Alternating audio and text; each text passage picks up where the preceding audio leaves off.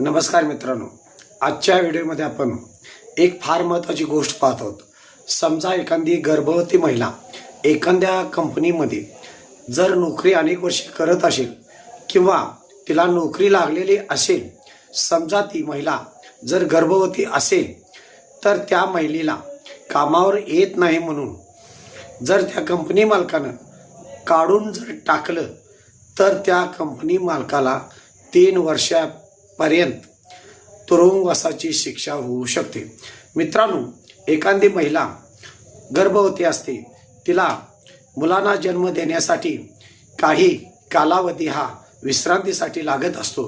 त्यावेळी तिला maternity act 1961 खाली तिला कायद्यानं अशी सुविधा किंवा कायदेशीर तिचा हक्क आणि अधिकार असा आहे।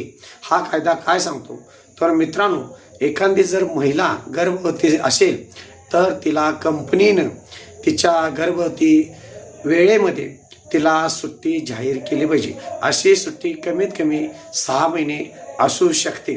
मित्रांनो, समजा अशी जर सुट्टी नाही दिली किंवा त्या महिलेला जर कामावरून काढून टाकलं तर अशा कंपनी मालकाला कमीत कमी 3 वर्षे शिक्षा होऊ शकते। त्याचबद्दल द्रव्यदंड सुद्धा होऊ शकतो किंवा शिक्षा आणि द्रव्यदंड सुद्धा होऊ शकतो।